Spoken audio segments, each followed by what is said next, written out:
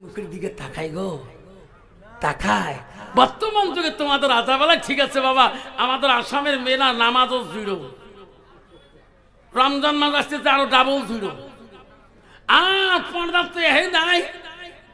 বাপরে বাপ, মেয়েরা একলা একলা বুকে আল্লাহ দিলে আর স্বামী নাগে না না কে 91 নিজে বানাইছিল না, আল্লাহ দিলেও মাসে অরুণোদয় টাকা ঢুকছে, বেঙ্গলের মেয়েরা কয় লক্ষ্মীর ভান্ডার ঢুকছে, কিছু স্বামী নিজ আলি নয়।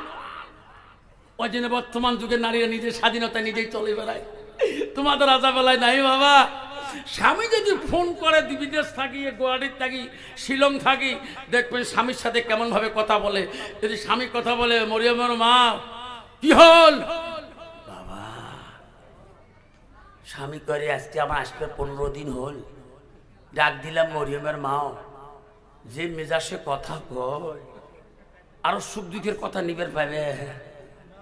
স্বামীর কথা খুলে স্বামী ফোন করলে গায় কি হয়, আর যদি ওই লোক ফোন করে, কোন লোক জানেন, মনেরও মানুষ, যদি একবার ফোন করছে হ্যালো, আসতে কর, মনের মানুষ কথা বললে ফোন করলে কয় হ্যালো, আর স্বামী ফোন করলে কয় কি হল।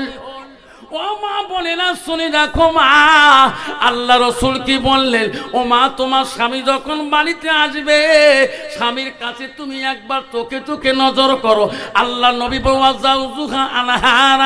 তোমার স্বামী যদি তোমার উপরে রাজি খুশি হয়ে যায়, মা তোমার উপরে ভালোবাসা পায়, নবী বলল দেখালাতির জান্নাত, সেই মেয়েটা হবে জান্নাতি।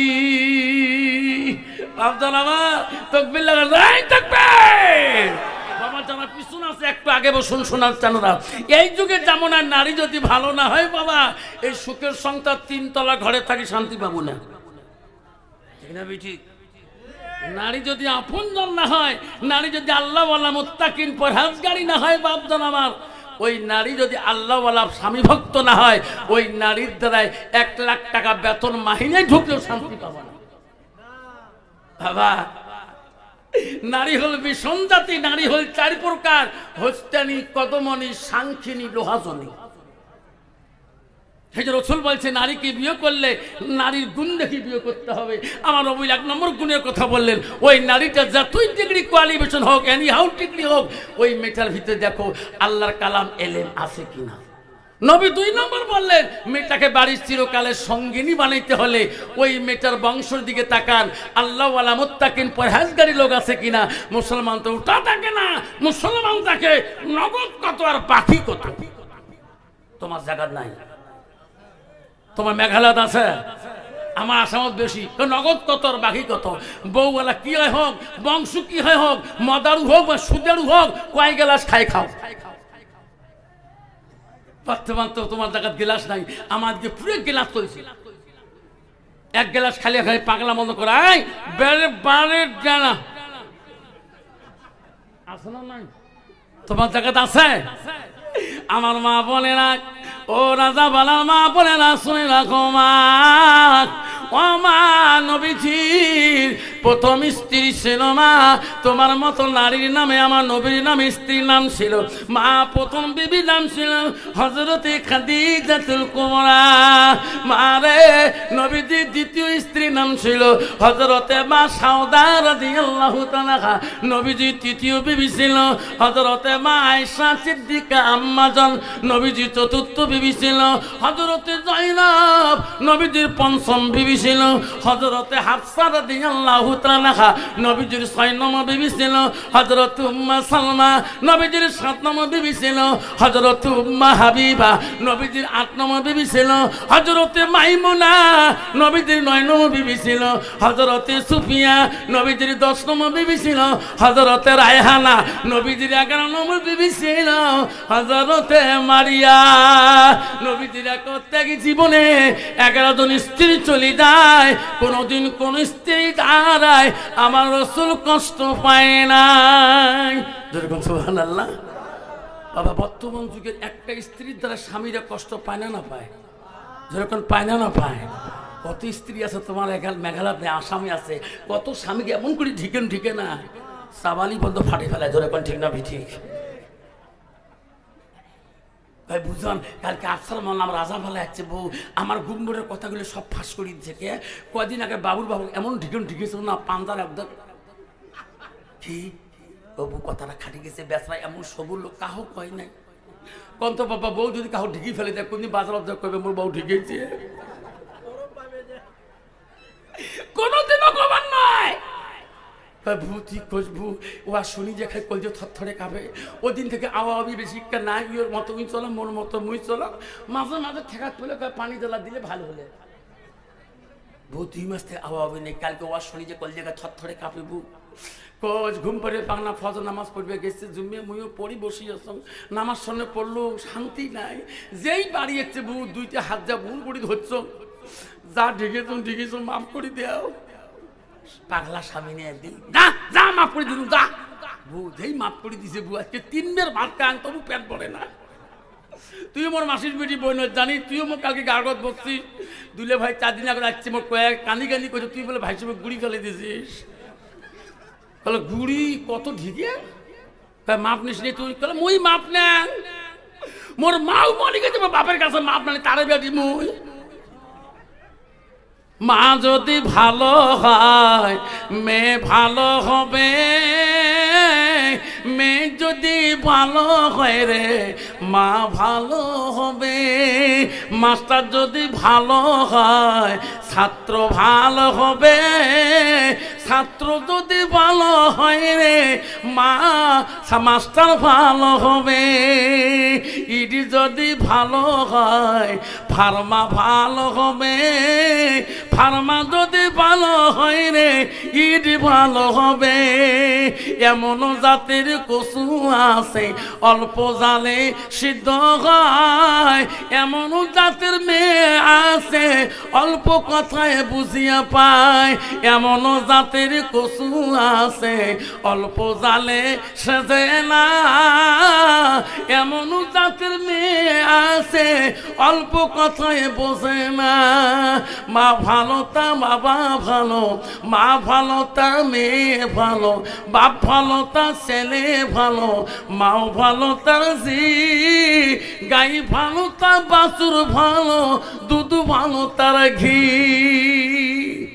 যেরকম ঠিক না বেঠি যেরকম ঠিক না বেঠি আমার মা বোনেরা বহুদূর থেকে আসিয়েছেন মা কিছু কথা অঞ্চলে বাড়ি নিয়ে যান বিশ্ব নবী রাসূলুল্লাহ যখন বাড়িতে আসছিলেন নবীজির মহব্বতের বিবি ছিলেন যে বিবি ছিলেন কাই মা মদিনার প্রথম রাষ্ট্রপতির মেয়ে ছিলেন প্রথম গভর্নরের মেয়ে ছিলেন প্রথম খলিফাতুল মুসলিমিনের মেয়ে ছিল হযরতে মা আয়েশা সিদ্দিকা আম্মা জান ও মা আয়েশা কেমন নারী ছিলেন কেমন গুণবতী ছিলেন মা হযরতে মা আয়েশা ছিল কোরআনের হাফেজা জোরে কোন সুবহানাল্লাহ আর বর্তমান যুগের নারী হলো ঝগড়ির হাফেজা যেরকম ঠিক না ঠিক যেরকম ঠিক না ঠিক স্বামী কালা করতে করতে কালটু মাসান পর্যন্ত কয় আছে না কালা মাথান কালা ডোমরা কালা চোখ ডাংরা পেট ডাংরা জলজলা মাসান কত যে কয় আরো বলে মা বোনেরা নবীজি বাড়িতে আসিলেন হযরতে মা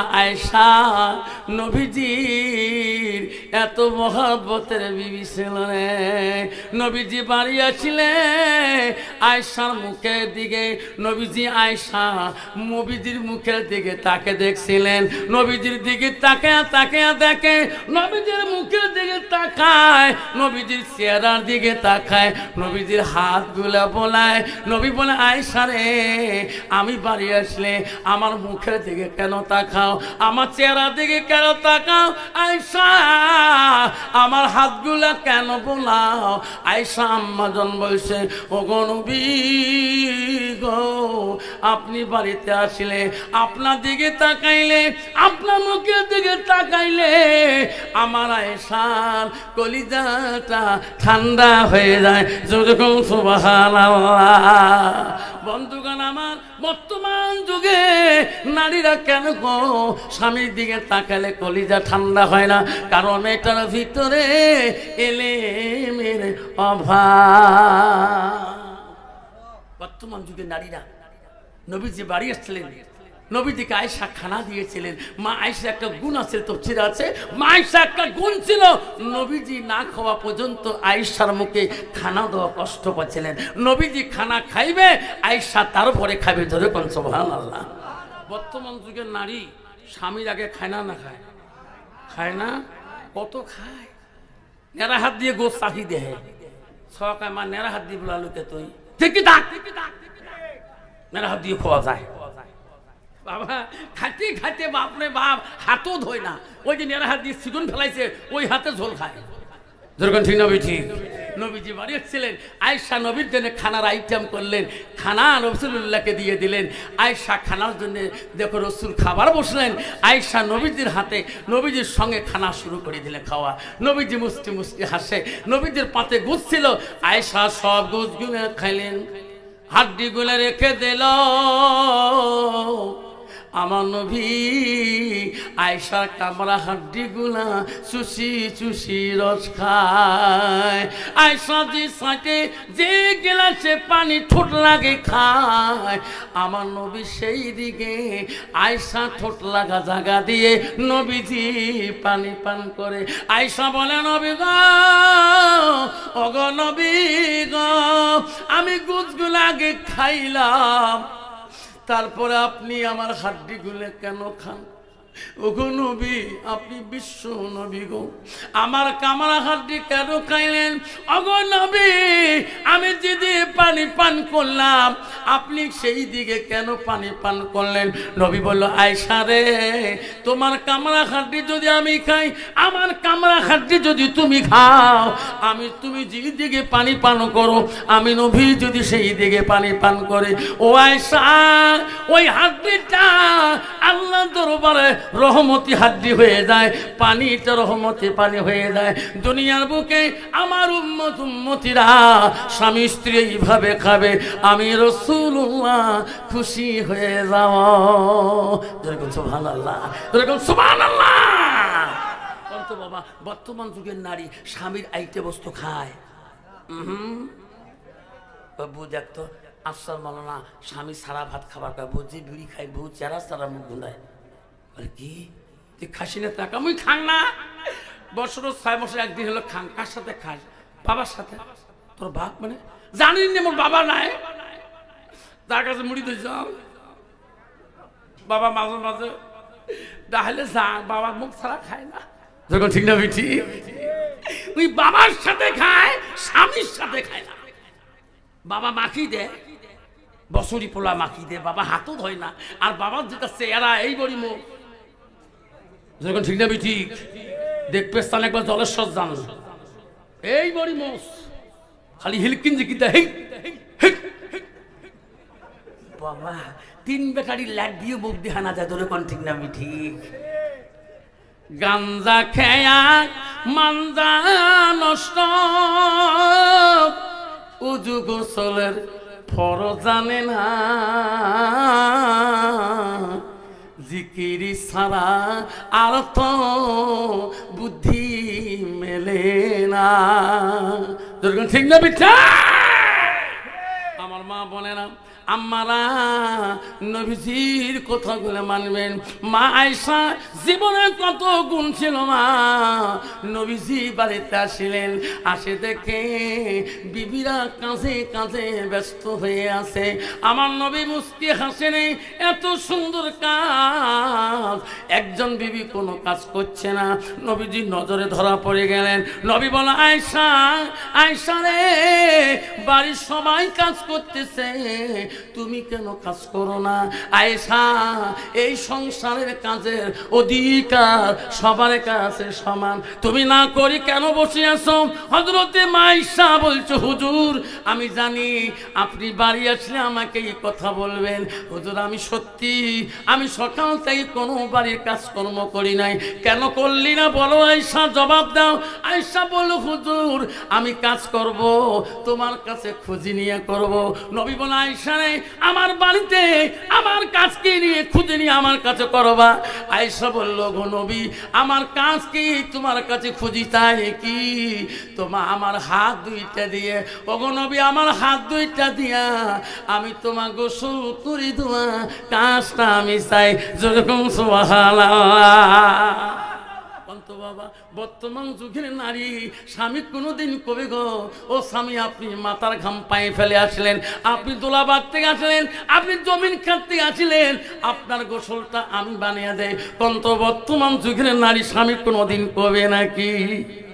যখন কবে যদি কালে ভালে পানি ঝোঁকে চান, পানি ঝোঁকা পর্যন্ত কল ঝোঁকে চান, কল ঠাসি চান, তিন ঠাসায় চাকবল ফাটে ফেলায়, ঠিক না ঠিক? মা আয়েশা বলে হোগো নবী আমার মনটা চায় আমার হাত দুইটা দিয়া আমি তোমার গোসল করে দিতে চাই। নবী বলে আয়েশা রে তুমি আমাকে গোসল করে দিলে তুমি কি খুশি হবা? নবী স্ত্রী মা আয়েশা বলছে ওগো নবী আমার মন খুশি হবে হুজুর, আপনি যদি আদেশ করেন আমি খুশি হয়ে যাব। নবী বলছে আয়েশা তুমি যদি খুশি হও আমাকে গোসল দিয়ে আমি নবী বারণ করতে পারি না, বাধা দিতে পারি না, তুমি আমাকে গোসল দিতে পারো। আয়েশার মন খুশি হয়ে গেল। আল্লাহর কাছে আয়েশা বলে আল্লাহ আমি আয়েশা তো ভাগ্যবতী নারী, আল্লাহ আজকে আমি বিশ্ব নবীর রাসূলুল্লাহ গোসলের দায়িত্ব আমি পেয়েছি। আয়েশা এত আনন্দিত হয়ে গেল পানির মস্ক নিয়ে যায়, চোখের উপরে নবীজিকে বসে দেয়। আয়েশা মনে মনে বলে আল্লাহ মাবুদ রে আমি বিশ্ব নবীকে যদি গোসল করে দিয়ে যদি সুখী বানাইতে পারি আমার আয়েশার মতন ভাগ্যবতী নারী এই জগতে কেউ হবে না। যদি কোন সুবহানাল্লাহ। আয়েশা দুই মস্ক পানি নিয়ে গেলেন, হায়রে চোখের উপরে নবীজিকে বসে দিলেন। নবীজি চোখেতে বসে পড়লেন, আয়েশা তার মস্কের পানি গুলা নবীজির গার মধ্যে ঢালে না, গাত পানিও দেয় না। নবী বলে আয়েশা রে আমার গোসল করার জন্য তুমি আনলি বসাইলা, গায়ে পানি দাও, পানি দাও। আয়েশা পানি দেয় না, নবীর চোখের দিকে তাকায়, নবীর মুখের দিকে তাকায়, নবীর চেহারার দিকে তাকায়। নবী বলে আয়েশা রে তুমি তাকাও কেন, পানি দাও আমার গায়ে। আয়েশা বলছো গো নবী আমি একটা তোমার প্রশ্ন করতে চাই। ওগো নবী মনে কিছু নিবেন না। নবী বলছে আয়েশা রে তুমি জীবনে কত প্রশ্ন করেছো, আমি নবী উত্তর দিয়েছি, আজকে তুমি কোন প্রশ্ন করতে চাও?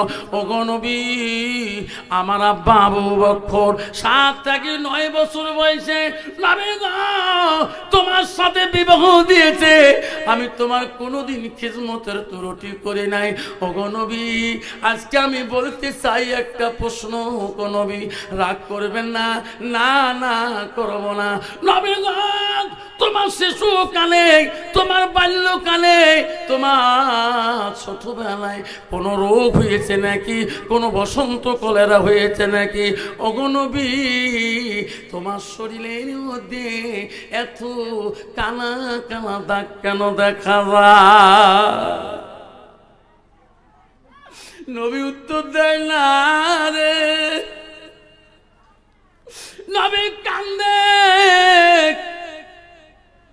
আয়েশা সেই দিনের কথাগুলো মনে করে দিও না।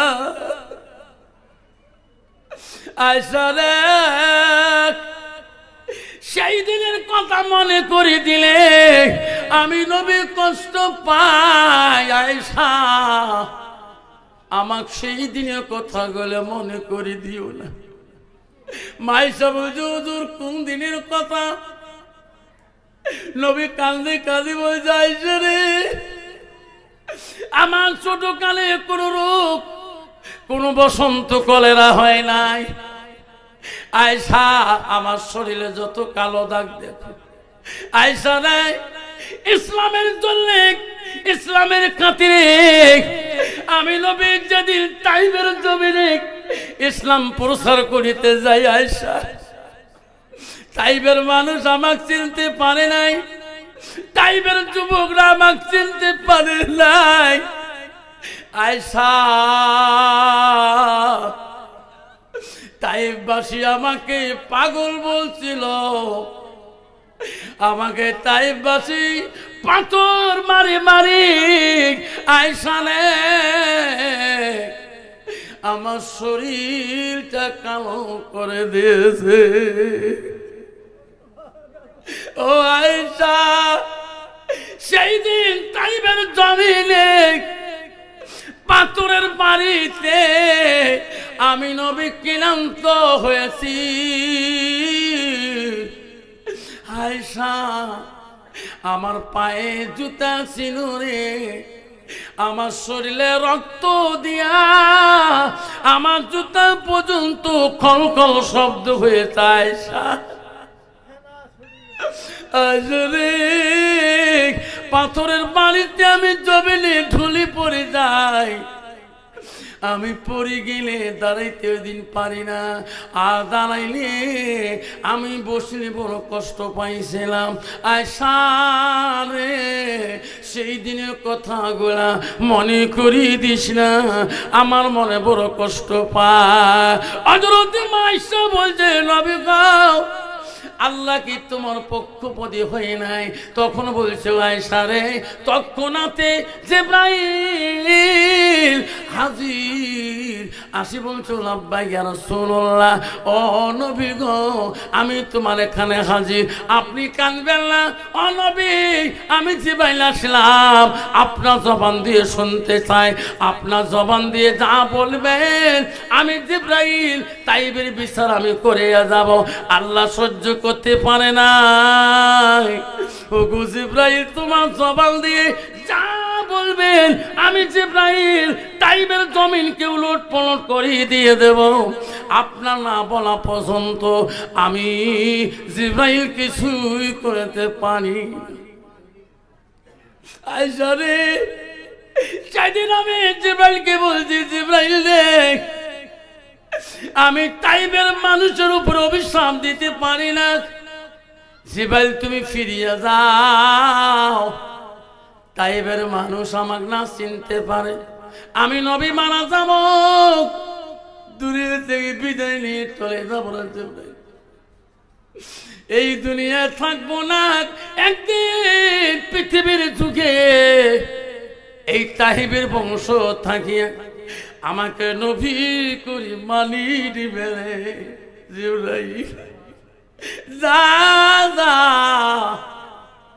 আমি তাইফবাসীকে ধ্বংস করতে দেব। বন্ধুগণ আমার একজন দুলে ভাই ধুপড়ি থেকে হজে গেছিল,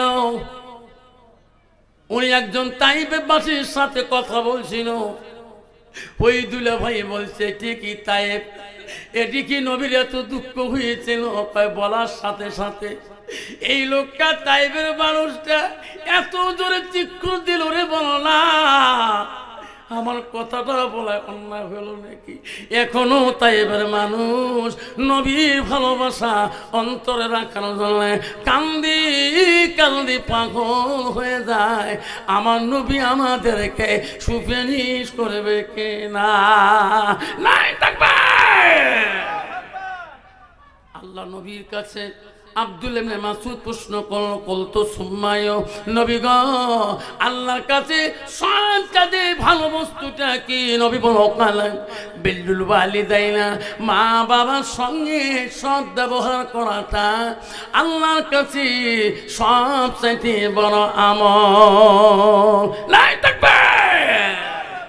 বর্তমান বাপজন আমার বিবি যদি আল্লাহ ওয়ালা মুত্তাকিন পরহেজগারী না হয়, ওই বিবির দ্বারা স্বামী শান্তি পাবে না, স্বামীর বাবা শান্তি পাবে না, স্বামীর মা শান্তি পাবে না, স্বামীর বোন শান্তি পাবে না, স্বামীর ভাই শান্তি পাবে না, যদি মেয়েটা আল্লাহ ওয়ালা না হয়। ভাবজন আমার বর্তমান যুগে দেখবেন মহুস ছেলে বিয়ে করার পরে 3 মাস 4 মাস পরে বাধ্যতামূলক যুদ্ধ হওয়ার কারণটা কি? ওই বিবিটা কানের মধ্যে রাত্রিকালে মন্থর পড়ে দেয়, আর ওই বিবিটা আঁটের মধ্যে এমন মন্থর পড়ে দেয় ওই ছেলে বাবার মুখের দিকেও তাকায় না, মার মুখের দিকেও তাকায় না। জোরে কোন ঠিক না ঠিক? আমাকে এক ভাই এসে বলছে, হুজুর দোয়া করেন, আল্লাহ রে তোমাদের দোয়া আশীর্বাদে আল্লাহ 5টা বেটা দিছে। হ্যাঁ ব্যাপারী সব ভালো কথা, আল্লাহ দিয়েছেন। হুজুর 4টে 6 মানুষ করলাম, হুজুর চতুর্দিকে সম্মান ইজ্জত পাই, একটা মানুষ করতে পারলাম না। ওই ছোয়াটা নিয়ে তোমারও এটি আসলো, তোমরা আবার কি কর কি করছে? 3 বের এলপি স্কুল ফেল করে খবর বদলি হবে, কথাই কবার চায় না মানুষ। না তাহলে বাদ দিয়ে দিই নাকি? আমি এত জোরে জোরে চিল্লাইতেছি, আপনারা খালি অল্প হা না সুবহানাল্লাহ আলহামদুলিল্লাহ। এইখানে যদি ব্যাটারি টাওয়ার না পায় তাহলে এবার ব্যাটারি নিয়ে বাইসে আছেন কিবা করে? না খারাপ পেলেন আবার?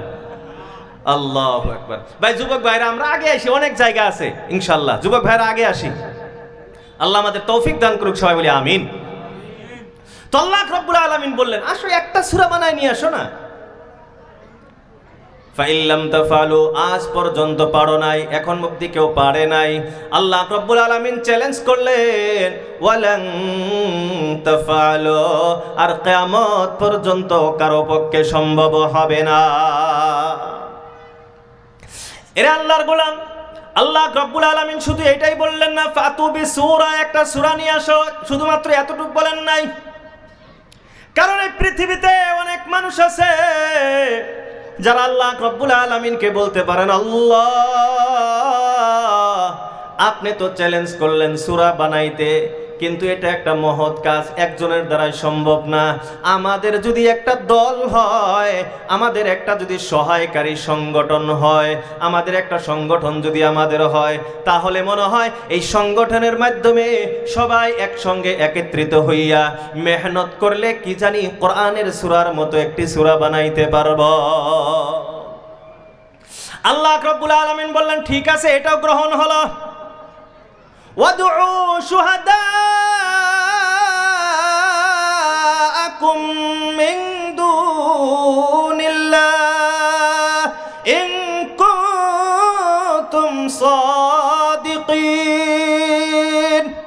আল্লাহ রাব্বুল আলামিন জানিয়ে দিলেন, ওয়াদউ শুহাদাআকুম, তোমাদের যত সহায়ক হইতে পারে, যত বড় সংগঠন তোমরা বানাইতে পারো বানাও, যত মানুষকে ডাক দেওয়ার প্রয়োজন হয় ডাক দাও, যত বড় দল তোমাদের বানানোর প্রয়োজন তোমরা বানায় নাও, শুধুমাত্র আল্লাহকে বাদ দিয়ে। কারণ আল্লাহকে ডাক দিবা তো আল্লাহই তো কোরআন নাজিল করছে। মিন দুনিল্লাহ, আল্লাহ রাব্বুল আলামিনকে ছেড়ে তোমাদের যত সহায়কারী হইতে পারে, যত দল সংগঠন হইতে পারে, একত্রিত হও আর কোরআনের সূরার মতো একটি সূরা বানায় নিয়ে আসো। ইন কুনতুম সাদিকিন, যদি তোমরা এই সন্দেহ করার ভিতরে তোমরা সত্য হয়ে থাকো। সত্যিকারে যদি তোমাদের সন্দেহ হয় যেটা মুহাম্মদ সাল্লাল্লাহু আলাইহি ওয়াসাল্লাম নিজে বানিয়েছেন, আল্লাহ নাজিল করেন নাই, তোমরা যদি এই ব্যাপারে সত্যকারী, তাহলে কি করো? দল বল সংগঠন মিলিয়ে কোরআনের সূরার মতো একটা সূরা বানাও। কিন্তু কেউ পারে নাই, কিয়ামত পর্যন্ত পারবে। মুহতারাম দোস্ত আজিজো, কোরআনে কারীম এটা হলো মুহাম্মদ সাল্লাল্লাহু আলাইহি ওয়াসাল্লামের সবচেয়ে বড়, আমাদের নবীর সবচেয়ে বড় অলৌকিক ঘটনা বা সবচেয়ে বড় মুআজিজা। আল্লাহ রাব্বুল আলামিন প্রত্যেকজন নবীকে কিছু না কিছু অলৌকিক ক্ষমতা দিয়েছিলেন, আর এই মুআজিজাগুলি যে আল্লাহ রাব্বুল আলামিন দিতেন, প্রত্যেকটা মুআজিজা আল্লাহ রাব্বুল আলামিন ওই যুগের সাথে মিলাইয়াই আল্লাহ রাব্বুল আলামিন নবীকে দিতেন। যে যুগে যে জিনিসের মানে প্রচলন ছিল ওর সাথে মিল রেখেই আল্লাহ রাব্বুল আলামিন মুআজিজা দিতেন। সাধারণত মানুষ ভাবতো যে এটা সবাই তো করতেছে, তো আমরাও পারবো, কিন্তু এটা মুআজিজা আল্লাহর পক্ষ থেকে হয়তো এটা কারো পক্ষে সম্ভব হয় না। হযরতে মূসা আলাইহিস সালাতু ওয়াস সালাম, এই নামটা তো সবারই জানা আছে না? জানি না, সবাই বলেন না, জানা আছে তো? আলহামদুলিল্লাহ। হযরতে মূসা আলাইহিস সালাতু ওয়াস সালাম, এটার ইনার যুগ এটা ছিল জাদুর যুগ। আইরে গাইরে ছোট মোটো সবাই কিছু না কিছু জাদু জানতো। যুগটাই ছিল জাদু প্রচলন, সবাই জাদু জানে, জাদু এক সে এক জাদুঘর। তো আল্লাহ রাব্বুল আলামিন হযরত মুসা আলাইহিস সালাতু ওয়াস সালামকে যে মুআজিজা দিলেন সেটাও জাদুর মতো, জাদু না কিন্তু জাদুর মতো। বলে হাতের লাঠি ফেলাই দিলেই সঙ্গে সঙ্গে সাপ হয়ে যায়। দেখতে তো জাদুর মতোই, কিন্তু আসলে কি জাদু আছিল? যখন ওই ফেরাউনের সম্মুখে যখন ওই জাদুঘরের কম্পিটিশন হইল, সমস্ত বড় বড় জাদুঘর ডাকছে ফেরাউন, বলছে যে মুসার এই জাদু যদি তোমরা শেষ করতে পারো তাহলে তোমাদেরকে আমি একবার আমাদের নৈকট্য বানায় নিমু, তোমাদেরকে অনেক উপহার দেবো, এটা ওটা অনেক কিছু। খেলা আরম্ভ হয়েছে। তো মুসা আলাইহিস সালাতু ওয়াস সালাম কইছে যে কেরা আপনি করবেন, আপনি না আমরাই করবো। মুসা কয় তোমরাই তঙ্গটা আগে দেখাও, পরে দেখা যাবো নি আমারটা। সব জাদুঘর রশি দিয়ে বড় বড় বড় বড় সাপ বানাইছে, একেবারে ভয়ঙ্কর সাপ বানাইছে। শেষে হযরত মুসা আলাইহিস সালাতু ওয়াস সালাম লাঠিটা ছেড়ে দিছে, যা সাপ মাপ আসিল সব গিলে খাইয়া ফেলাইছে। ফেরাউন তোর দিশা বানাই, কিন্তু জাদুঘর তো যে জাদুঘর হে তো বুঝতেছে যে আঙ্গুটা তো জাদু, এটা তো জাদু না। হাপে হাপে ঠ্যাং দেখে মেশে কয় না, একটা কথা আছে তো, হাপে হাপের ঠ্যাং দেখে। তার মানে কি, যে যে কামে মানে এক্সপিরিয়েন্স আছে ওই ব্যাপারটাও ভালো করেই বুঝে যে এটা ঠিক না বেঠিক। তো জাদুঘররা বুঝছে যে মুসা আলাইহিস সালাতু ওয়াস সালাম লাঠির মাধ্যমে যে সাপ বানাইছেন এটা কোনো জাদু না, এটা আসলেতেই আল্লাহর কাম, আল্লাহর মুআজিজা। সঙ্গে সঙ্গে সবাই মুসা আলাইহিস সালাতু ওয়াস সালামের সম্মুখে এসে সিজদারত হয়েছে আর বলছে আমান্না বি রব্বি মুসা, যে আমরা মুসার রবের উপরে ঈমান আনছি, আমরা ঈমানদার হয়েছে, আমাদেরকে কালেমা পড়ায়। হযরত ঈসা আলাইহিস সালাতু ওয়াস সালাম,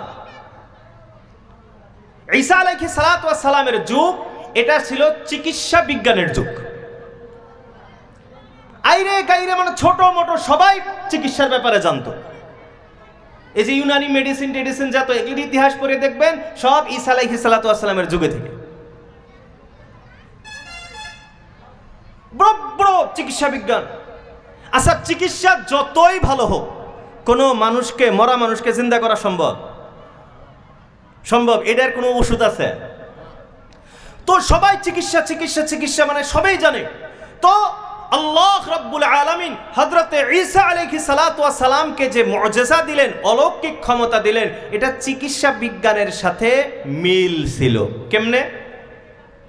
মাতৃগর্ভ থেকে অন্ধ হয়ে জন্ম হয়েছে, এর কোনো চিকিৎসা আজকে পর্যন্ত নাই।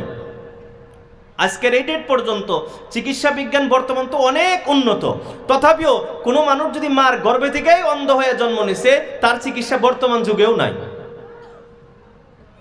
হযরত ঈসা আলাইহিস সালাতু ওয়াস সালাম আল্লাহর নাম নিয়ে চোখের উপরে হাত ফিরিয়ে দিতেন, সেই মার গর্ভে থেকে অন্ধ জন্ম নেওয়া বাচ্চাটাও চোখে দেখতো। সুবহানাল্লাহ। কুষ্ঠরোগ হয়েছে, হাত সাদা হয়ে গেছে গা, এর কোনো চিকিৎসা ওই যুগে ছিল না। হযরত ঈসা আলাইহিস সালাতু ওয়াস সালাম আল্লাহর নাম নিয়ে হাত ফিরিয়ে দিতেন, ভালো হয়ে যেত। তো এরা দেখলো কি চিকিৎসার মতোই, কিন্তু এটা তো এরকম না। এখন ঈসা আলাইহিস সালাতু ওয়াস সালামের যে ঈসাইরা বংশধর, তাদের উম্মতিরা ঈসা আলাইহিস সালাতু ওয়াস সালামকে বললেন যে আপনি মাদ্রাসাত নাবিনা, মাতৃগর্ভ থেকে অন্ধ, এদেরকে আপনি ভালো করেন, কুষ্ঠরোগ ভালো করেন, এটা ভালো করেন, ওটা ভালো করেন, যে কোনো বেমার হোক আপনি হাত ফিরিয়ে দিলেই বেমার ভালো হয়ে যায়, সব ঠিক আছে। কিন্তু আপনাকে আমরা নবী হিসেবে মানবো। আল্লাহর যে এগুলা যে মুআজিজা, আল্লাহর পক্ষ থেকে দেওয়া মুআজিজা, এটা ওই সময়ই মানবো যখন আপনি কোনো মৃত মানুষকে জিন্দা করে দেখাবেন। একজন মৃত মানুষকে যদি জিন্দা করে দেখাইতে পারেন তাহলে বুঝবো যে না আসলে এটা আল্লাহর ক্ষমতা, অলৌকিক ক্ষমতা, এটা মুআজিজা, আমরা আপনার প্রতি ঈমান আনব। হযরত ঈসা আলাইহিস সালাতু ওয়াস সালাম আল্লাহর কাছে বললেন, আল্লাহকে ঠিক আছে কও। ঈসা আলাইহিস সালাম বললেন ঠিক আছে, হবে, এই আশাও পুরা হবে যদি তোমরা ঈমান আনো। আমার তো উদ্দেশ্য হলো তোমরা ঈমানদার হয়ে যাও। ভাই আবার কি করলেন? ঠিকই তো আছিল। আল্লাহু আকবার। এই যে আইলে এসে আর জীবনে ঠিক হবো না। মাইক নষ্ট হইলে তো ফার্স্টেই কইলাম নিজে খারাপ হয়েছে, যেভাবে চলতেছে চলবার দেওয়া লাগছিল। আস্তাগফিরুল্লাহ রাব্বি মিন কুল্লি যামবি ওয়া আতুবু ইলাইহি। মুহতারাম দোস্ত আজিজো, তো হযরত ঈসা আলাইহিস সালাতু ওয়াস সালাম বললেন ঠিক আছে হবে, এটাও মানা হবে। এখন ঈসা আলাইহিস সালাতু ওয়াস সালামের যে উম্মতিরা কাফির মুশরিকগুলো এগুলা এসে কইতেছে না না, এই যে 2-3 দিন আগে মারা গেছে, 1 মাস 2 মাস 1 বছর আগে মারা গেছে, ইল্লা জিন্দা করলে হবো না, হইতে পারে যে এটা কবরের মধ্যে জিন্দাই আসিল, আপনি উড়াইয়া দেখাইছেন। কিরকম বদমাশ মানুষ আসলে চিন্তা করেন। বলে তাহলে কি করা লাগবে? কয় নূহ আলাইহিস সালাতু ওয়াস সালামের সন্তান সাম, নাম কি? সাম, 1000 বছর আগে মারা গেছে, এর কবর এই জায়গাতে। এই সামকে যদি জীবিত করে দেখাইতে পারো তাহলে বুঝবো যে তুমি নবী। হযরত ঈসা আলাইহিস সালাতু ওয়াস সালাম বলেন ঠিক আছে এটাই পুরো হবে। হযরত ঈসা আলাইহিস সালাতু ওয়াস সালাম সামের কবরের নিকটে যায় বলল, ইয়া সাম কুম বিইذনিল্লাহ, আল্লাহর আদেশে আল্লাহর হুকুমে তুমি কবর থেকে দাঁড়ায় যাও। সাম বিন নূহ কবর থেকে দাঁড়ায় গেলেন, বলি সুবহানাল্লাহ। বলার উদ্দেশ্য হলো কি, আল্লাহ রাব্বুল আলামিন প্রত্যেকজন নবীকে যে মুআজিজা দিতেন, এই মুআজিজা ওই যুগের সাথে মিলিয়েই আল্লাহ দিতেন। মুসা আলাইহিস সালাতু ওয়াস সালামকে জাদু, হযরত ঈসা আলাইহিস সালাতু ওয়াস সালামকে চিকিৎসা বিজ্ঞান, আর অন্যান্য নবীকে দিয়েছেন। তো আমার আপনার নবী হযরত মুহাম্মদুর রাসূলুল্লাহ সাল্লাল্লাহু আলাইহি ওয়াসাল্লামকে আল্লাহ রাব্বুল আলামিন মুআজিজা দিলেন কি? আল কোরআন। আল্লাহ মুআজিজা দিলেন কোরআন। কেন? কেন? এর উদ্দেশ্যটা হলো রাসূলুল্লাহ সাল্লাল্লাহু আলাইহি ওয়াসাল্লাম যে যুগে পৃথিবীতে আসছেন, আল্লাহ যে সময় পৃথিবীতে আনছেন, এই সময় শিক্ষার দিক দিয়ে আরবরা অনেক আগবাড়া ছিল, অনেক সাহিত্যিক তখন ছিল, আরবি সাহিত্যিক অনেক ছিল, এক সে বড়া এক। আবু জেহেল নাম শুনছি না আমরা? এই নামটা তো আলহামদুলিল্লাহ সবারই জানা আছে, না জানি না? আবু জেহেল যদি চিনি না তাহলে কি বললো, ডাকি কান? আবু জেহেল এর নাম কিন্তু আসলে তো আবু জেহেল না। আবু জেহেল অর্থ কি? আবু জেহেল অর্থ হলো মূর্খতার বাপ, মূর্খের বাপ। তো আবু জেহেলের নাম আসলেতে আবু জেহেল না, আমর বিন হিশাম নাম ছিল, আমর বিন হিশাম। তো ইয়ে অনেক বড় পণ্ডিত ছিল, আরবি সাহিত্যিকের অনেক বড় পণ্ডিত ছিল। জামানায় জাহিলিয়াতের ভিতরে, মূর্খতার যুগে মক্কা প্রদেশে সুকে উকাস নামক জায়গায়, উকাস নামী একটা বাজার, উকাস নামী একটা বাজার ছিল। প্রত্যেক বছর হজের সিজনের আগে, মানে হজের 2-1 মাস আগে এই উকাস নামক বাজারে একটা মেলা লাগতো। যেরকম যে হিন্দু করে মেলা লাগে না, হিন্দু করে মেলা হয় না, মেলা এই মেলা ও মেলা, মেলা মেলা হয়। তো এটা একটা আলাদা কথা যে আমরা এখন সবাডাকে মেলা বানায় নিছি, এটা একটা আলাদা কথা আর কি, না খারাপ পেলে না ভাই? তো সুকে উকাস, এই উকাস নামক বাজারে প্রত্যেক বছর কবিতার একটা প্রতিযোগিতা হইতো। বড় বড় সাহিত্যিক, বড় বড় কবি ওই জায়গাতে আসতেন, বড় কবিতার প্রতিযোগিতা হইতো। আর যার কবিতাটা 1 নাম্বার পজিশন পাইতো, ওই কবিতা কাবা ঘরের দরজার ভিতরে 1 বছরের জন্য লটকায় দেওয়া হতো। আবার আর 1 বছর প্রতিযোগিতা হবে, যারটা 1 নাম্বার হবে তার কবিতা আবার দরজা লাগায় দেওয়া হবে। এইভাবে 7 বছর যে কবিতাগুলি লেখা হয়েছিল, এই কবিতাগুলিকে যে কিতাবের ভিতরে, বর্তমান যে কিতাবের ভিতরে আছে, ওই কিতাবের নাম হলো আস-সাবউল মুআল্লাকাত, 60টি লটকানো কবিতা। তো এই যে কম্পিটিশন হইতো, প্রতিযোগিতা হইতো, এই প্রতিযোগিতার যে নাম্বার দিত, প্রতিযোগিতাকে যে যাচাই বাছাই করত, তার ভিতরে অন্যতম একজন সদস্য ছিলেন আবু জেহেল। তাহলে আবু জেহেল মূর্খ ছিল না শিক্ষিত ছিল? ভাই সবাই বলেন না, মূর্খ না শিক্ষিত? শিক্ষিত ছিল, অনেক বড় শিক্ষিত। আরববাসীরা, মানে আবু জেহেল এত বড় শিক্ষা পণ্ডিত ছিল, এত বড় পণ্ডিত ছিল, মানুষ তার নাম, তার টাইটেল কি দিবে মানুষ বিশ্রে পায় নাই, লাস্টে তার টাইটেল দিছে আবু জেহেল মূর্খের বাপ। মানে অত বড় পণ্ডিত ছিল, সাহিত্যিক ছিল। ওই জামানে আরো বড় বড় সাহিত্যিক ছিল, যারা আরবি গ্রামার, আরবি ভাষায় বড় বড় কিতাব, বড় বড় ইতিহাস তারা গড়ত। তো শিক্ষার, আরবি ভাষার একটা বড় সময় ছিল আল্লাহ রব্বুল আলামিন ওই আরবি ভাষার সাথে সংহতি রেখে আল্লাহ কোরআনে কারীম নাজিল করলেন। আর এই যে বড় বড় সাহিত্যিক আছে এদেরকে আল্লাহ রব্বুল আলামিন বললেন ফাতু বিসূরাতিম মিন মিথলিহি। আরে আরববাসীরা, ও আরবের বড় বড় সাহিত্যিকরা, ও আবু জেহেল, ও উতবা, ও শাইবা, তোমরা যারা নিজেকে বড় বড় পণ্ডিত মনে করো, ফাতু বিসূরাতিম মিন মিথলিহি, এই কোরআনের সূরাগুলির মতো একটি ছোট সূরা তোমরা বানায় নিয়ে আসো। আমার আপনার মতো যারা এখনো আরবির আলিফ বাই শিখলাম না, আঙ্গুরে আল্লাহ চ্যালেঞ্জ করে নাই যে সূরা বানায় নিয়ে আসো। ওই জামানার তাদেরকে আল্লাহ চ্যালেঞ্জ করছে, লাও একটা সূরা বানায় নিয়ে আসো। আচ্ছা, কোরআনের চ্যালেঞ্জ কি ওই জামানার জন্যই না কিয়ামত পর্যন্ত? সবাই বলেন না। কোরআনের চ্যালেঞ্জ যেটা বলছে তো বলছে, যেটা বলছে তো বলছে কিয়ামত পর্যন্ত। আচ্ছা, বর্তমান যুগে পৃথিবীর শিক্ষা দীক্ষার ব্যাপারে পৃথিবীর সবচেয়ে বড় সহায়ক কে? আমরা যারা যুবক ভাইরা আছি, স্কুল কলেজে পড়ি, আমরা কিন্তু জানি সেটা। বর্তমান আজকের দিনে সবচেয়ে বড় শিক্ষার ব্যাপারে সহায়ক, তার নাম কি? তার নাম chat GPT, AI. Chat GPT এটা হলো বর্তমান যুগের সবচেয়ে বড় সহায়ক। আপনি চ্যাট জিপিটিকে বলেন না যে আমার এই বিষয়ে একটা কিতাব লাগে, 1 মিনিটের ভিতরে আপনাকে 100, 150, 200 পৃষ্ঠার কিতাব আপনাকে লেখা বের করে দিবে। আপনার যে কোনো বিষয় আপনি জিজ্ঞাসা করবেন, সঙ্গে সঙ্গে আপনাকে প্রশ্নের জবাব দিয়ে দিবে। স্কুল কলেজের ছাত্ররা বর্তমানে এটা দিয়ে খুব তারা সহায় পায়। এটার মাধ্যমে যে কোনো ধরনের প্রশ্ন হোক আপনাকে সঙ্গে সঙ্গে জবাব দিবে। কিন্তু কোরআন হাদিস নিয়ে আমার কাছে যায় না, কোরআন হাদিস নিয়ে আমার কাছে যাওয়া যাব না। কোরআন হাদিস নিকটের যখন আপনার কোনো মাসআলা লাগবে, আমি এই জন্য প্রায় জলসাতেই বলে থাকি, মাসলা আপনি মোবাইলের বয়ান হইনে মাসলা হইনেন না কোনোদিন, তাহলে আপনি পথভ্রষ্ট হইতে আর কিছুই লাগবে না। এই মোবাইল আপনাকে জাহান্নামে নিয়ে যাবে। মাসলা আপনি জীবনেও কোনোদিন মোবাইলে শুনবেন না, এটা একবার ভালো করে মনে রেখে। মাসআলা কার কাছে শুনবেন? নিকটতম, আপনার এলাকার, আপনার নিকটতম যারা উলামায়ে কেরাম আছে, যাদের প্রতি আপনার বিশ্বাস আছে যে না এই আলিমটা যোগ্য আলিম, এই আলিমটা ভালো আলিম, এর কোরআন হাদিসের ইলম আছে, যার প্রতি আপনার বিশ্বাস, আপনি তার কাছে মাসআলা শুনেন, আমল করেন, বাস।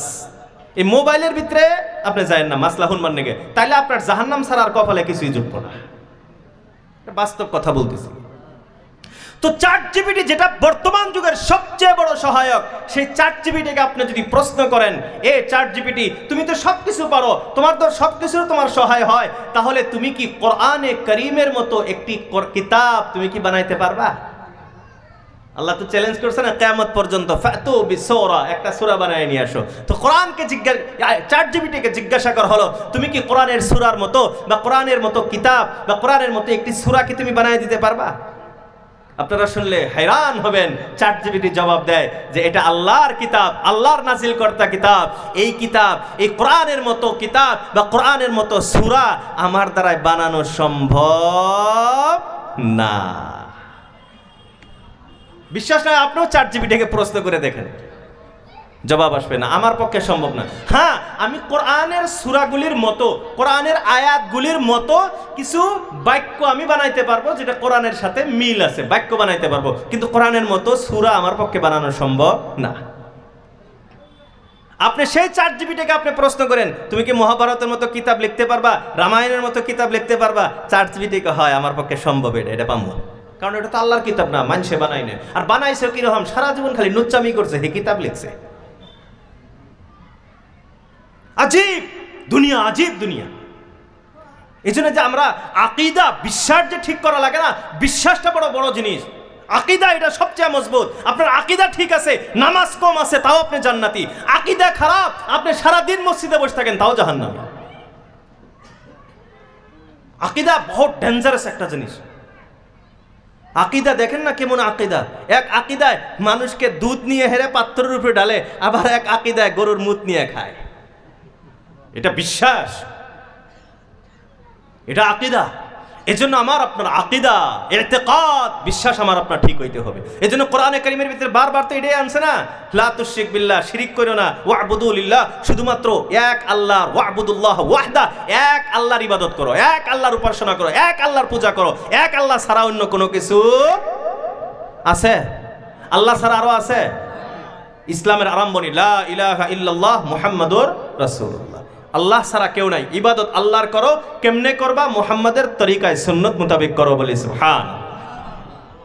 তো মুহতারাম দোস্ত আজিজো, আল্লাহ রাব্বুল আলামিন এই কোরআনে কারীমের চ্যালেঞ্জ দিয়ে দিলেন। প্রথম নাম্বার কোরআনের গুণ যে এই কোরআনের ভিতরে কোনো সন্দেহ আছে? অল্প অল্প আছে, চুল পরিমাণ 0.0001 নাই। কোরআনের ভিতরে কোনো সন্দেহ নাই। যারাই কোরআনের পিছনে লাগবে, যারাই কোরআনের সন্দেহ বাহির করতে লাগবে, আল্লাহ তাদেরকে ধ্বংস করে দেয়। আর একটা কথা আপনাদেরকে বলি, কোরআনের পিছনে লাগলে দুইটা ফায়দা হবে। কোরআনের পিছনে লাগলে মানে একটা ফায়দা একটা ক্ষতি, দুইটার যে কোনো একটা হবে। কোরআনের পিছনে লাগলে হয়তো বা আল্লাহ রাব্বুল আলামিন কাউকে হেদায়েত দিবে আর সে পাক্কা ইমানদার মুসলমান হয়ে যাবে। এজন্য দেখবেন অনেক ইতিহাস আছে, যারা কোরআনে ভুল ধরতে গেছে, নিজের ভুল ধরা পড়ছে, ইসলাম গ্রহণ করছে। আছে না এমন ঘটনা? আবার অনেকেই আছে কোরআনের পিছনে লাগছে, কোরআনের পিছনে লাগা একবারে দুনিয়াতেই তার কোনো নাম গন্ধই নাই, আল্লাহ একবারে জলিল, আল্লাহ একবারে অসম্মানী তাকে করে ফেলেছে। নাই আমাদের ভারতেই নাই, ওসিম রেজভি নাই, লাস্ট মুহূর্তে মুসলমানি বাদ দিয়ে হিন্দু এগুলো গা। কয়দিন আগে লাইভ দিছে যে আমার আর এখন হিন্দু গরের মধ্যেও কোনো দাম মান সম্মান নাই, তো থাকবও না। আর একটা আঙ্গুরে আসামেই আছে, দুর্গা পূজাতেও যায় সেজদা করে, আবার রই রই বিনালে দেখবারও গেছিল কয়দিন আগে, সিনেমা দেখবারও যায় আর কি। বড় হুজুর না নাই আসামে, নাই এবার হুজুর নাই, চেনেন না আপনারা? চেনেন তো সবাই, নাম কওয়া যাব না, এলে রেকর্ডিং টেকর্ডিং ওই মেলা ঝামেলা আছে নাকি কন, নাম করার দরকার নাই, বুঝনেওয়ালা বুঝবে নাকি কন। কয়দিন আগে 7-10 দিন আগে মনে হয় ফেসবুকে দিছে, কয় যে আমি একবারে কিভাবে গেলাম, আমি হিন্দু করেও আপন করবার পাইলাম না, মুসলমানকে আপন করবার পাইলাম না। ভাই তুই তো জীবনে আপন হবি না, আপন করার কাম করলে না তুই আপন হবি। আল্লাহ আমাদের বোঝার তৌফিক দান করুক, সবাই বলি আমিন। তো কোরআনে কারীমের পিছনে লাগলে হয়তোবা আল্লাহ রাব্বুল আলামিন এই কোরআনের মাধ্যমে তোমাকে সম্মানীয় বানিয়ে দিবেন, অথবা আল্লাহ রাব্বুল আলামিন এই কোরআনের ওসিলায় তোমাকে একবারে অসম্মানের নিচে নিয়ে যাবে। এটা তো আল্লাহ রাসূল বলছেন, ইন্নাল্লাহা ইয়ারফাউ বিহাযাল কিতাবি আকওয়ামান ওয়া ইয়াদউ বিহি আখিরিন। আল্লাহ অনেক মানুষকে কোরআনের মাধ্যমে সম্মানিত বানায়, উচ্চ মর্যাদাশীল বানায় দেয়, আবার অনেককে আল্লাহ রাব্বুল আলামিন এই কোরআনের মাধ্যমে একবারে নিচে নামায় দেয়। তো আমরা কোনটা চাই? সম্মানী হইতে চাই। তো কোরআন মোতাবেক আমাকে আপনাকে আমল করলেই আল্লাহ রাব্বুল আলামিন আমাকে আপনাকে সম্মানী বানিয়ে দিবেন, বলি সুবহানাল্লাহ। তো কোরআনের 1 নাম্বার গুণ কি ছিল? লা রাইবা ফি, এর ভিতরে কোনো সন্দেহ নাই, এর ভিতরে কোনো সন্দেহ নাই। 2 নাম্বার গুণ আল্লাহ রাব্বুল আলামিন বলেন হুদাল লিল মুত্তাকিন। আল্লাহ রাব্বুল আলামিন কোরআনে কারীমের 2য় নাম্বার গুণের কথা উল্লেখ করলেন, যে 2য় নাম্বার গুণ হলো হুদাল লিল মুত্তাকিন। যারা মুত্তাকি, যারা পরহেজগার, যাদের অন্তরের ভিতরে আল্লাহর ভয় আছে, তাদেরকে এই কোরআন হেদায়েত দেয়, জান্নাত পর্যন্ত নিয়ে যায়, বলি সুবহানাল্লাহ। এরা আল্লাহর গোলাম। কোরআনে কারীমের ভিতরে আল্লাহ রাব্বুল আলামিন এই কোরআনের একটা গুণ বললেন হুদাল লিল মুত্তাকিন। ঈমানদার, মুত্তাকি, পরহেজগার যারা, তাদেরকে এই কোরআন জান্নাত পর্যন্ত নিয়ে যাবে। আবার অন্য আয়াতের ভিতরে আল্লাহ রাব্বুল আলামিন বলেন হুদাল লিন্নাসি ওয়া বাইয়িনাতিম মিনাল হুদা ওয়াল ফুরকান। আল্লাহ বলেন হুদাল লিন্নাস, গোটা বিশ্ববাসীর জন্য কোরআন হেদায়েত। এক জায়গায় আল্লাহ রাব্বুল আলামিন বলেন এই কোরআন শুধু মুত্তাকিদের জন্য, শুধুমাত্র ঈমানদারদের জন্য হেদায়েত। আবার আল্লাহ অন্য জায়গায় বলেন একই কোরআন, একই কিতাব, আল্লাহ 2 ধরনের কথা। এক জায়গায় কয় খালি মুত্তাকিদেরকে, ঈমানদারদেরকে হেদায়েত দিব, আবার আল্লাহ অন্য জায়গায় কয় সারা বিশ্ববাসীর জন্য হেদায়েত।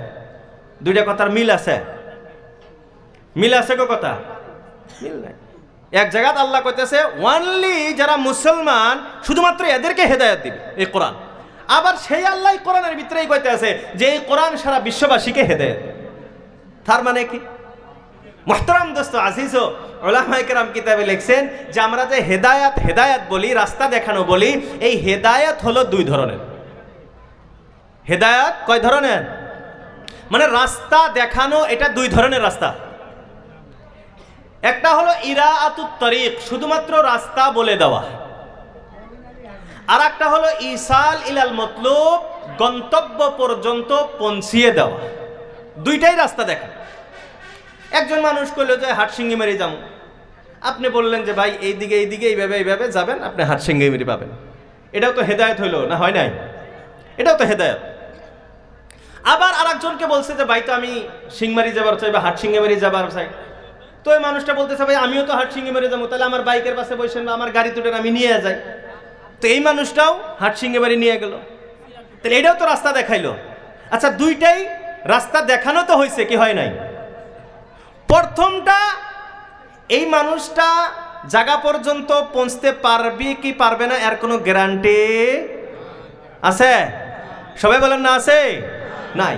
কিন্তু দ্বিতীয়টা 100%। তো এই দ্বিতীয়টাকে বলা হয় ইসাল ইলাল মতলুব, গন্তব্য পর্যন্ত পৌঁছিয়ে দেওয়া। আর আগেরটাকে বলা হয় ইরাআতুত তরিক, রাস্তা দেখানো। দুইটাই হেদায়েত। তো আল্লাহ রাব্বুল আলামিন যেখানে বললেন হুদাল লিন্নাস, গোটা বিশ্ববাসীর জন্য হেদায়েত, এইখানে বিশ্ববাসীর জন্য হেদায়েত, তার অর্থ আল্লাহ রাব্বুল আলামিন এই কোরআনে কারীমের ভিতরে হেদায়েতের জান্নাত পর্যন্ত যাওয়ার সমস্ত রাস্তা বলে রাখছেন। আমল করলেই জান্নাত পাবে। এই কোরআন কি কোনো মানুষের, মুসলমানদের খাস? এটা মুসলমানের কিতাব। কোরআন মুসলমানদের কিতাব। সারা বিশ্ববাসীর জন্য আল্লাহ রাব্বুল আলামিন কোরআনে কারীম নাযিল করেছেন। মুহাম্মদ সাল্লাল্লাহু আলাইহি ওয়াসাল্লাম শুধুমাত্র মুসলমানদের রাসূল না, সারা বিশ্ববাসীর জন্য রাসূল। রাহমাতুল লিল আলামিন বলা হয়। রাহমাতুল লিল আলামিন, সমস্ত বিশ্ববাসীর জন্য আল্লাহ রাব্বুল আলামিন তিনাকে রহমত বানিয়ে পাঠিয়েছেন। তো এই কোরআন সারা বিশ্বের জন্য হেদায়েতের রাস্তা নিয়ে আসছে। এখন কেউ আমল করলে সে পাবে, কেউ আমল করবে না, সেটা তার ব্যাপার। তো আল্লাহ রাব্বুল আলামিন যে জায়গাতে বললেন হুদাল লিন্নাস, গোটা বিশ্ববাসীর জন্য হেদায়েত, তার মানে হেদায়েতের রাস্তা আছে, আমল করো পাইবা। আর যে জায়গাতে বললেন হুদাল লিল মুত্তাকিন, ইমানদার মুত্তাকি পরহেজগারদের জন্য হেদায়েত, এইখানে অর্থ হলো যারা মুত্তাকি, যারা পরহেজগার, যারা ইমানদার, আল্লাহ রাব্বুল আলামিন ওয়ার্ডার করবেন এই কোরআন এই ইমানদারদেরকে, মুত্তাকিদেরকে সাথে নিয়ে জান্নাত পর্যন্ত পৌঁছিয়ে দিবেন। বলি সুবহানাল্লাহ। এটা হলো কোরআনে কারীমের গুণ, যে আমি আপনি যদি কোরআনে কারীমের উপরে আমল করতে পারি, কোরআনে কারীম মোতাবেক যদি আমি আপনি জীবন যাপন করতে পারি, কোরআনকে যদি আমার আপনার জীবনে আনতে পারি, তাহলে কোরআন আমাকে আপনাকে হাত ধরে জান্নাত পর্যন্ত নিয়ে যাবে। আমরা সবাই জান্নাতে যাইতে চাই তো ভাই? পিছনের বাইরে জান্নাত চাই আমরা। আল্লাহু আকবার। আল্লাহ আমাদের সবাইকে জান্নাতি বানায় দিক। সবাই বলি আমিন। হাত নামান। তো জান্নাত যদি আমি আপনি চাই, জান্নাত যদি আমি আপনি চাই, তাহলে জান্নাতে নিবে, পথ দেখাবে, হাত ধরে পৌঁছাবে কে? আল কোরআন। হুদাল লিল মুত্তাকিন, এই কোরআন আপনাকে হাত ধরে জান্নাতের রাস্তায় নিয়ে যাবে, তার মানে জান্নাত পর্যন্ত পৌঁছিয়ে দিবে। এখন এই কোরআন যদি আমার আপনার সাথে না থাকে, এই কোরআন যদি আমার আপনার জীবনে না থাকে, তাইলে রাস্তা দেখাবো কেরা? রাস্তা দেখাবো কেনা? কোরআন একটি আলো, এই ইলম একটি আলো। কোরআনে কারীমের ভিত্তি একটি জায়গায় আসছে, আল্লাহ রাব্বুল আলামিন মুনাফিকদের ব্যাপারে বলছেন যে আল্লাহ রাব্বুল আলামিন যখন ইমানদারদেরকে জান্নাতের ফয়সালা করবো যে তোমরা জান্নাতে যাও, তো আল্লাহ তাদের জন্য একটা নূরের ব্যবস্থা, আলোর ব্যবস্থা করবেন। তার মানে কিয়ামত তো অন্ধকার, কিয়ামত সবকিছু অন্ধকার। আয-যুলমু যুলুমাতুন ইয়াউমাল কিয়ামা, অন্ধকারেই অন্ধকার থাকবে, এটাই একটা শাস্তি। তো আল্লাহ রাব্বুল আলামিন ইমানদারদেরকে এই কোরআনের বদৌলতে নূরের ব্যবস্থা করবেন, আলোর ব্যবস্থা আল্লাহ করবেন। তো ইমানদাররা ওই আলো দিয়ে সামনের দিকে, মানে পুলসিরাতের রাস্তা যে ওই দিকে হাইটে হাইটে যাব। মুনাফিকগুলো কব কি, ভাই অল্প দাঁড়াও, আমাদেরকে অল্প আলো দাও, দুনিয়াত না একসাথেই থাকছি, দুনিয়াত না একই সাথে থাকছি, একই গ্রামে থাকছি, একই সাথে বাজারে গেছি, একই সাথে চা খাইছি, খালি নামাজ রোজা ইত্যাদি এগুলো করি নাই, দুনিয়ার তো একসাথে আসিলাম, তো দুনিয়ার তো সহায় টহায় আমরাও তোমরা মাঝে মাঝে করছি, তো আজকে তোমরা যখন আল্লাহ পুলসিরাতের পথে গেতা চাও, তোমরা আলোটা অল্প, তোমরা অল্প আস্তে আস্তে যাও, তোমরা আলো দিয়ে যাতে আমরাও পার পাই, পার হওয়া যাবে ওই দিন ইমানদারগণ বলবেন পিছনের দিকে যাও, গো ব্যাক, পিছনে যাও, পিছনে যাও, আর পিছনে যায় আলো তালাশ করে নিয়ে হোক, দেখাচ্ছেন পাও নেই আলো, পিছনে বসে আসা করনি নাকি। এই জন্য মোহতরম দোস্ত আজিজ, এই কোরআন আমার আপনার জীবনে আনতে হবে। আল্লাহ রাসূল আল্লাহর হাবিব সাল্লাল্লাহু তাআলা আলাইহি ওয়াসাল্লাম বলেন, আল কোরআনু হুজ্জাতুন লাকা আও আলাইকা, আল কোরআনু হুজ্জাতুন লাকা, এই কোরআন তোমার পক্ষে দলিল হয়ে দাঁড়াবে, আও আলাইকা, অথবা এই কোরআন তোমার বিপক্ষে দলিল হবে। কোরআন মোতাবেক যদি আমি চলি তো কোরআন আমার পক্ষে দলিল দিবে, আর যদি কোরআনের বিপরীত চলি তাহলে কোরআন আমার বিপক্ষে দলিল দিবে। তাহলে আমরা কোনটা চাই, পক্ষে না বিপক্ষে?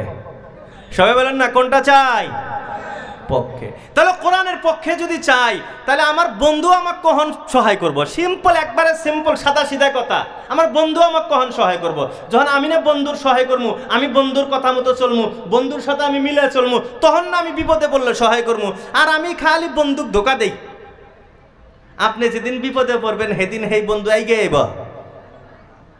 আইব কব যে আজকে তালে পড়ছে না, পরে এতদিন তো আমার সাথে খেলা করছা, আজকে দেখ আমি তামসা দেখবো আজকে।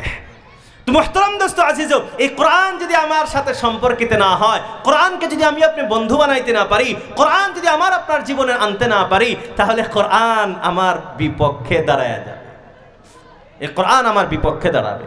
হাদিসের কথা তো, আল কোরআন হুজ্জাতুল লাকা আও আলাইকা, তোমার বিপক্ষে এই কোরআন সাক্ষী দিবে। এজন্য মুহতারাম দোস্ত আজিজ, এই কোরআন আমার আপনার জীবনে আনতে হবে, এই কোরআনকে আমাকে আপনাকে শিখতে হবে, এই কোরআন আমার আপনার পড়তে হবে। আচ্ছা, আমরা এখানে যারা আছি, আল্লাহ আমাদেরকে আনছেন, আমরা সবাই যারা যারা কোরআন পড়তে পারি, অল্প হাত উঠাই তো, কোরআন পড়তে পারি নামাই হাত, খারাপ পায় না যে হাত উঠাইলে হুজুর। ভাই কোরআন পড়তে পারা লাগবো, নিজেও পড়া লাগবো, নিজের সন্তানকেও পড়ানো লাগবে, এটা জরুরি। সিম্পল কথা, একজন মুসলমান সে কোরআন পড়বার পায় না, ওটা কিসের মুসলমান হইল? এটা কি ওই যে ইসাই ধর্ম, খালি রবিবারে রবিবারে গেল, অগরে কি থাকে ওটা পপ, গির্জা ঘরে যে পপ থাকে, চার্চের ভিতরে পপ থাকে, রবিবার দিন গেল অল্প হাড়ং ফুড়ং হুনায় দিল, সব গুনাহ মাফ হয়ে গেল গা, তাই না? হয়ে গেল। ওইটা হিন্দু ধর্মের সারা জীবন কোনো খবর নাই, ওই দুর্গা পূজা কালী পূজা গেল, অল্প সিন্দুর টিন্দুর না গাইলো, সব গুনাহ মাফ হয়ে গেল গা, নাকি? ইসলাম এটা? ইসলাম নিজে নিজে কেউ কারো সাথ দিবে না। ওয়ালা তাজিরু ওয়াজিরাতুন ওয়াজরা উখরা, আল্লাহ রাব্বুল আলামিন বলেন কাল কিয়ামতের দিন কোনো বান্দা কোনো বান্দার গুনাহের অংশীদার হবে না। আরে ওই দিন তো এমনটা হবে, ইয়াউমা ইয়াফিরুল মারউ মিন আখিহি ওয়া উম্মিহি ওয়া আবিহি ওয়া সাহিবাতিহি ওয়া বানিহি লিকুল্লি ইমরিইম মিনহুম ইয়াউমা ইযিন শা'নুন ইউগনি।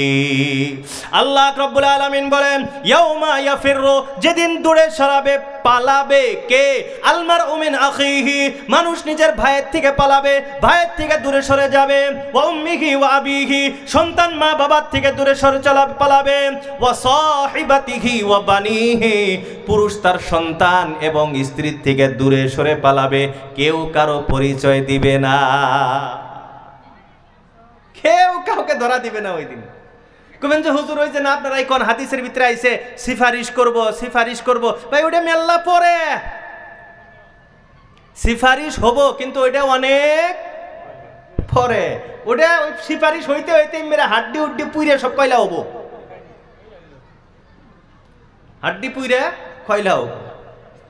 এই জন্য দুখুলে আউয়ালি, প্রথম অবস্থায় জান্নাতে যাওয়ার চেষ্টা করা লাগবে। ওই দিন কেউ ধরা দিবে না, কেউ কোনো বন্ধু বান্ধব কেউ না, এই দুনিয়ার টাকা পয়সা এসবও কোনো কাজের থাকবে না।